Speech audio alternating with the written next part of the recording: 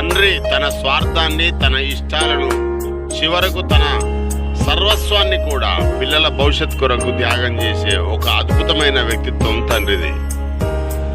ఎండనక వాననక ఎన్నెన్నో కష్టాలు పడతాడు తన పిల్లల కొరకు, వారి యొక్క చదువుల కొరకు, వారి ఆశయాల కొరకు తన జీవితాన్ని ఒక పునాదిగా మార్చుకుంటాడు తండ్రి.